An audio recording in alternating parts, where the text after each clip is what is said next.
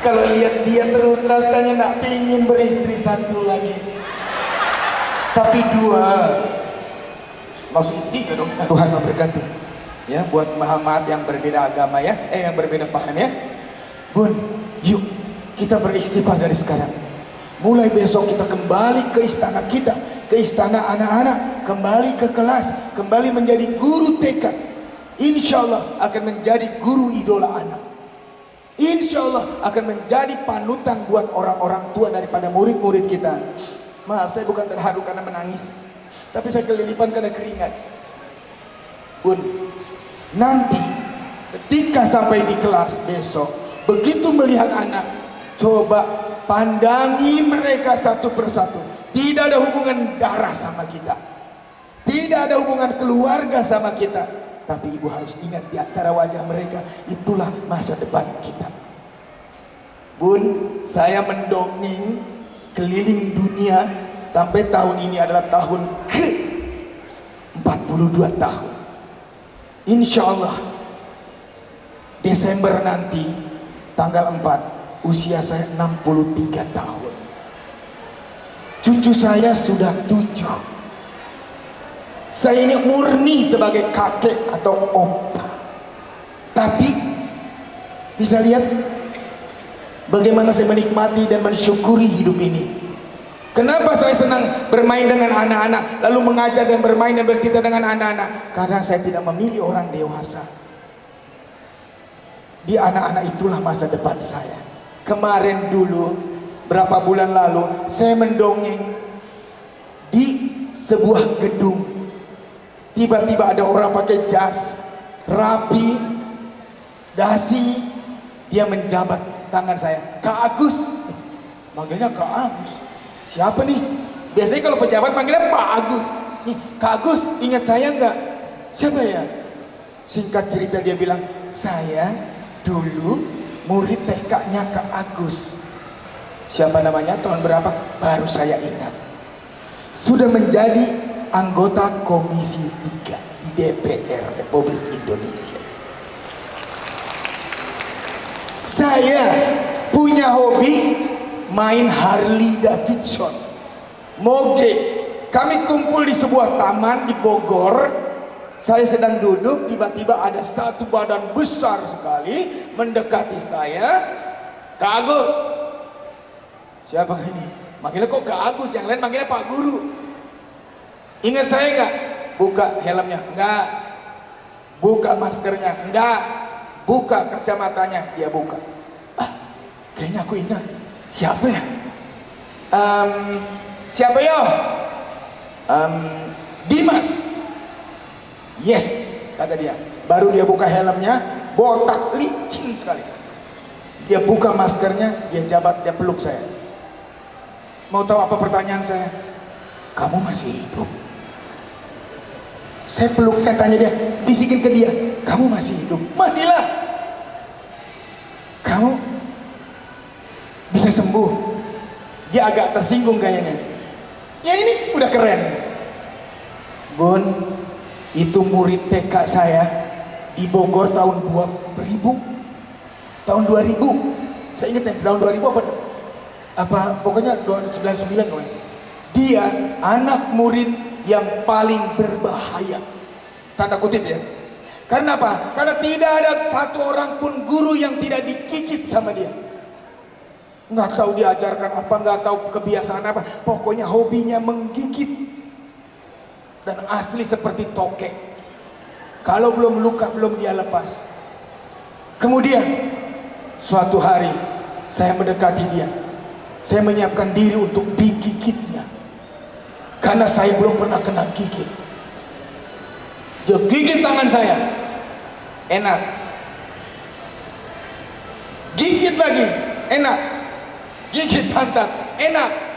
Pokoknya saya berhasil tidak kena gigit sedikit pun. Kenapa? Karena saya di sini pakai barang-barang buat main bola itu, apa namanya? Deker. Untung dia nggak gigit saya di sini. Kalau gigit di sini, istri bisa curiga. Ya? Bu, saya bisa berhasil mengalahkan anak yang sebegitu dahsyatnya. Jadi jangan melawan, ya. Ketika anak menggigit, jangan ditarik, jangan dipaksa, dorong lagi, buka mulutnya, jangan, ketawa saja. aduh, dia bingung. Yang lain digigit nangis, kok ini ketawa-tawa, kan dia lepaslah. Kedua, anak sekolah lari di dalam kelas, menginjak bola, jatuh. Di rumah anak lari turun tangga, menginjak bola, jatuh. Apa yang dilakukan oleh banyak orang tua? Mejanya dipukul. Udah ya, udah, memang nakal nih meja ya. Papanya lewat, papa nakal ya. Semua orang disalahkan sama mamanya. Lalu si anak diam dengan senyum bahagia karena terbebas dari mara bahaya. Na'udzubillah, hati-hati dengan anak dan sikap kita yang seperti itu. Wallahu a'lam. Tidak menutup kemungkinan setelah mereka jadi besar, anak itu menjadi besar, akan selalu menyalahkan orang lain bila menemukan masalah. Terutama bila punya murid yang batita di bawah 3 tahun. Kalau ada murid di sana, hati-hati berbicara, hati-hati berperilaku. Kenapa? Karena mereka di usia mereka lebih banyak mengikuti perilaku kita daripada paham dengan apa yang kita sampaikan. Nah itu. Maaf, siapa yang di rumah sekarang masih punya anak balita? Angkat tangan. 1, 2. Banyak ya. Oke. Berjuanglah jadi ibu dan sahabat buat mereka. Siapa yang masih suka mendongeng atau bercerita atau berkisah kepada anak-anaknya di rumah? Dongeng itu sebenarnya untuk anak kecil, anak gede, atau untuk orang dewasa?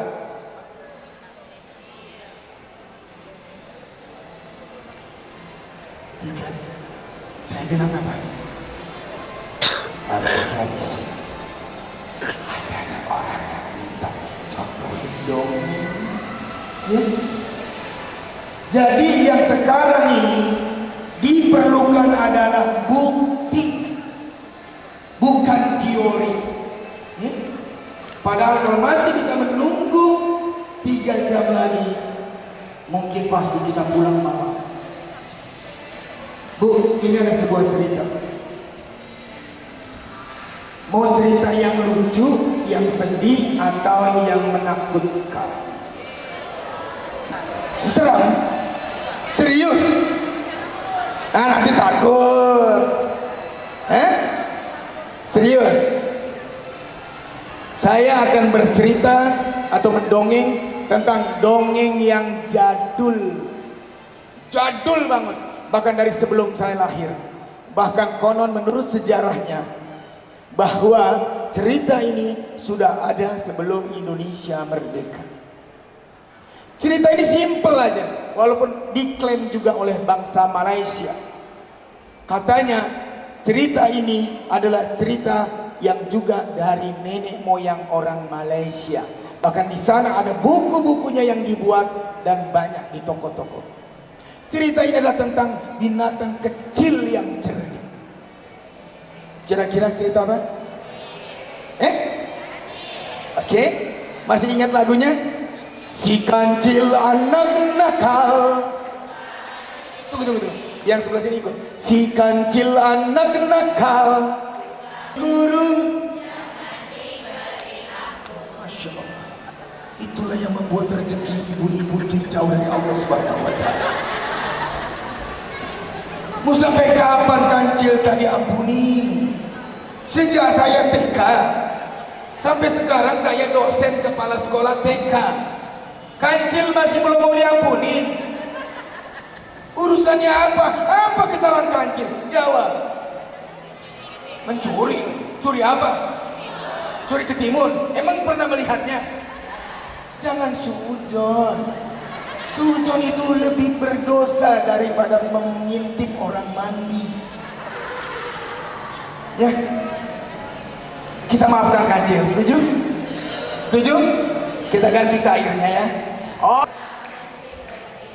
Ayo lekas dikurung, lalu diberi. Kita nyanyi lebih keras lagi ya. Ini kekurangan ibu-ibu di dalam kelas. Banyak lagu anak-anak tapi yang dinyanyikan lagu cuman lihat kebunku, pelangi-pelangi, dan cuma itu saja. Bunda-bunda mau tahu? Saya punya PAUD inklusi. 20 tahun saya kelola di Pekanbaru.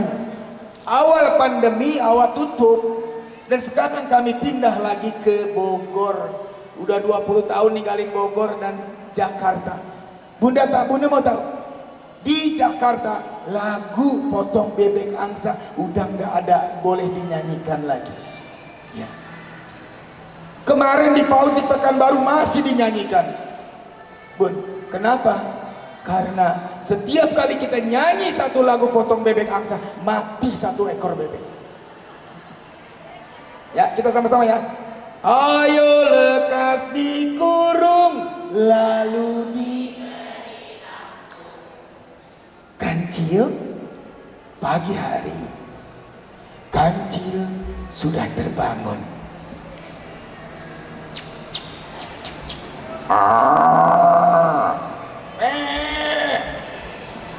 Kancil, bangun sayang. Iya. Bangun nak. Udah bangun mami. Sudah bangun nak. Udah bangun. Mandi sayang. Mami aku udah mandi. Udah mandi. Udah mandi. Kau nggak percaya? Cium mami. Serius? Iya, cium mami. Tunggu di situ ya. Ibu pikir apa? Maksud ibu, saya mau cium ibu? Enggak, sebelahnya. Mami, aku udah mandi. Sudah nak. Kalau gitu mami cium ya. Ya Allah, mami suka. Harum sekali nak. Mandi pakai sabun apa sayang? Rinso. Kancil? Rinso itu untuk apa? Untuk cuci pakaian. Mandi lagi mami. Mandi nak. Oh, nabrak tembok dia. Kancil mandi lagi. Mami, Iya nak. aku udah mandi lagi. Harum? Ini paling harum nak. Jujur mami suka. Apa kau pakai sabunnya nak? Molto. Kancil, Iya, iya. cepatlah nak. Jangan lagi berlama-lama. Ayah, cepat-cepat untuk apa? Ke sekolahmu nak. Hah? Ayah sekolah di tempat aku juga. Ayah bukan mau sekolah di tempatmu. Ayah mau mengantarmu. Oh my god. Cepatlah nak. Ayah. Ayah, Kenapa nak? please dong deh. Kenapa? Aku nggak mau pergi ke Toa. Sekolah. Ke Toa. Sekolah. Ke Toa. Se Ayah, aku masih kecil gak bisa ngomong sekolah. Example. Cepatlah nak. Nanti ayah telat. Ayah, please mengertilah akan perasaanku. Ya kenapa? Kata teman aku di apa nih? Nggak nampak. Oh,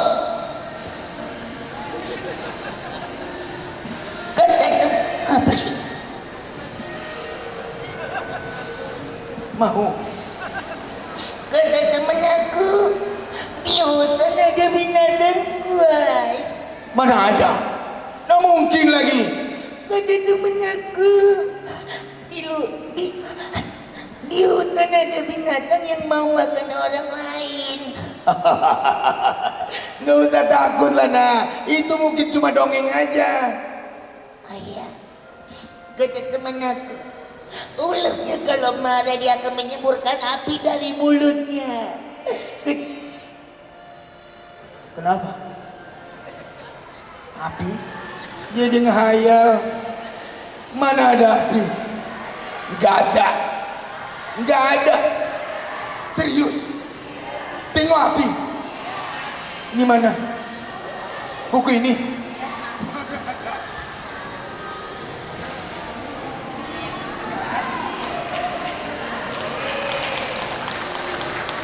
Bener ya. Ular itu kalau marah dia akan menyemburkan api dari mulutnya. Mana ada?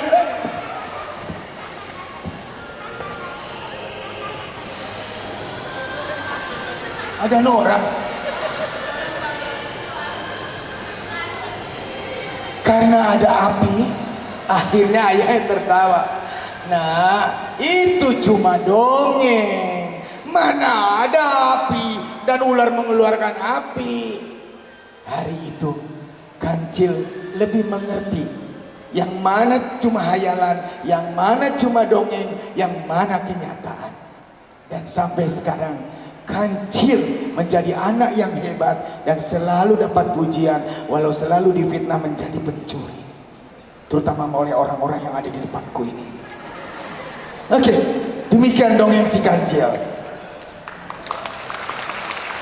Pendek, singkat, tak memakan waktu anak dan tak menyiksa anak untuk selalu mendengarnya. Ya.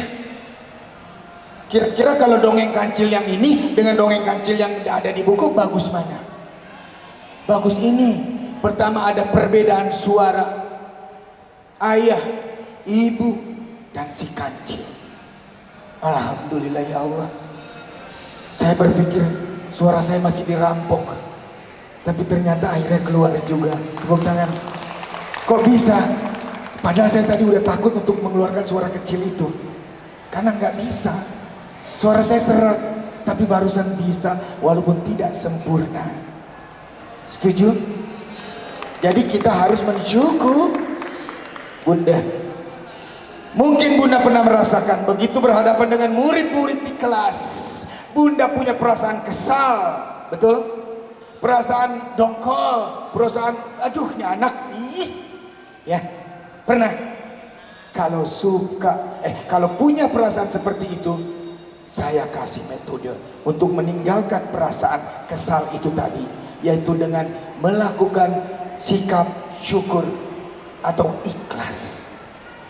Ya, kalau sudah ikhlas masih ngeganjel dan sakitnya aku di sini, tingkatkan sedikit dari ikhlas tadi menjadi ridho, supaya hablum minallah lebih dekat lagi dan biar Allah ikut dalam peran ini. Ya. Kalau sudah ridho masih juga sakit di dalam hati dan kesal terbawa tidur, pindahkan ke metode yang terakhir yang selama ini saya gunakan dan alhamdulillah hari ini saya masih sehat. Apa? Tadi apa tadi? Ikhlas. Kemudian ridho. Setelah ridho masih belum ridho, pindahlah ke TAHAN. Apa Bun? TAHAN. Cukup. Itu metode yang terakhir. Kuliah saya dua periode, 2 kampus, sarjana yang gak ada batasnya, kuliahnya di luar negeri, gak kepake ilmunya. Yang kepake apa tadi? Tahan. Kalau saya tidak tahan, hari ini mungkin kita sudah lama tak jumpa lagi. Tepuk tangan. Insya Allah besok kembali ke sekolah, Bunda akan menjadi guru idola anak dengan metode satu. Yang pertama adalah TAHAN. Bun, ingat, buah jatuh tidak jauh dari pohonnya. Betul? Pernah dengar kata itu? Tapi jangan percaya sepenuh hati. Saya seorang entertain di atas panggung, keluar masuk kampus karena dosen. Saya mengelola sekolah anak berkebutuhan khusus. Saya punya anak, ada mengikuti jejak saya? Tidak ada. Semua anak saya menjadi direktur di berbagai perusahaan. Dan anak-anak saya semua menjadi pengusaha. Bahkan ada satu anak saya yang sekolah, yang biaya anaknya satu semesternya 80 juta. Belum biaya dan lain sebagainya. Saya minggu lalu menjemput cucu saya berdiri di luar pagar sekolah, Bun. Saya tak berani masuk, minder. Kenapa? Karena saya bawa tas habis mendongeng, saya mampir ke sekolah cucu saya, kata supirnya cucu saya, "Bapak taruh aja di tasnya di mobil." Baik, saya bawa sendiri, nggak mau, dia mau bawain. Begitu sampai di mobil, loh kok mobil putih, mobil siapa nih? Ini bapak baru beli bagi baru. Hah? Alphard yang merah mana? Alphard di rumah aja taruh, paling dipakai sama ibu kalau ibu mau ke salon.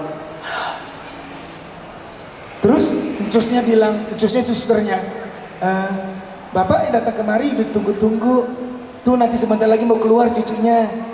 Cucu saya namanya Sakura, dia sekarang baru masuk kelas 2. Begitu tet bel, pintu dibuka, enggak, itu normal. Bunyi jantung saya tak senormal-normalnya. Saya takut. Begitu dibuka pintunya, "Opa, cucu, opa, cucu." Langsung memeluk saya, cucu perempuan. Ya Allah, saya cuma berpikir, coba maminya yang peluk saya kayak gini. Maminya tuh mantu saya. Ya Allah, itu yang tidak bisa dipercaya. Ayahnya dulu tukang koran waktu kecil, ayahnya tukang es keliling kampung, anaknya sekarang jadi direktur perusahaan oil Jepang. Padahal anak saya itu membuat catatan tidak nyaman dalam hidup saya, karena 3 kali selama dia hidup di sekolah saya dipanggil oleh sekolahnya. Pertama, "Kak Agus, artis, tokoh anak nasional, penulis lagu, banyak karyanya. Ih, anaknya nyanyinya parah." Anak saya nyanyi apa? Do re mi fa sol la si do, gitu kan? Kebalikannya apa? Nah, itulah hebatnya guru PAUD, guru TK. Anak saya tidak macam itu. Do re mi fa sol la si do, do re mi fa sol la si do. Parah yang kedua, saya dipanggil oleh gurunya yang di SMP karena dia meniru tanda tangan saya di hasil ulangan yang nilainya 4. Saya jemput, saya minta maaf sama gurunya, dia anak saya minta maaf sama gurunya, kami bawa anak saya ke mall. Saya traktir makan, dia diam saja. Saya beli ini, beli itu, diem saja. Saya beliin sepatu yang sama, diem saja. Aduh, mungkin dia pikir kayaknya aku bakal dimarahin. Kita makan. Setelah makan saya ketawa. Mana tadi yang dari ibu guru, mana soal ulangan tadi? Dia nggak mau keluarin. Lihat papa lihat. Besok kalau mau niru tanda tangan, belajarin yang bener. Tanda tangan kayak gini kok, mana tanda tangan papa kayak gini? Dia mau nggak senyum sedikit pun, Panggilan yang ketiga, saya dipanggil oleh gurunya di SMA. Kenapa? Karena anak itu mentraktir temannya sekelas. Anak bapak ini sok jadi bos, merantraktir temannya sekelas. Apa urusannya sama sekolah? Tapi tak boleh, itu sikap yang tidak terpuji. Nah, sini. Ini uang 2 juta. Teman sekelasmu besok kau traktir di Kentucky Fried Chicken. Jangan di sekolah. Dia ketawa. Anak yang bikin masalah seperti itu sejak kecil dimarahi oleh maminya. Kamu tidak akan pernah pulang ke Jepang. Kamu tidak akan pernah tinggal di Jepang. Kamu akan mati tinggal di Jepang. Karena anak saya tak bisa makan tanpa sepotong ayam sedikit pun. Sebegitu masalahnya sejak kecil. Tapi siapa yang tahu sekarang sudah jadi direktur perusahaan oil Jepang. Jadi jangan khawatir melihat murid yang kondisinya minimalis, hitam, kita bantu dan sebagainya.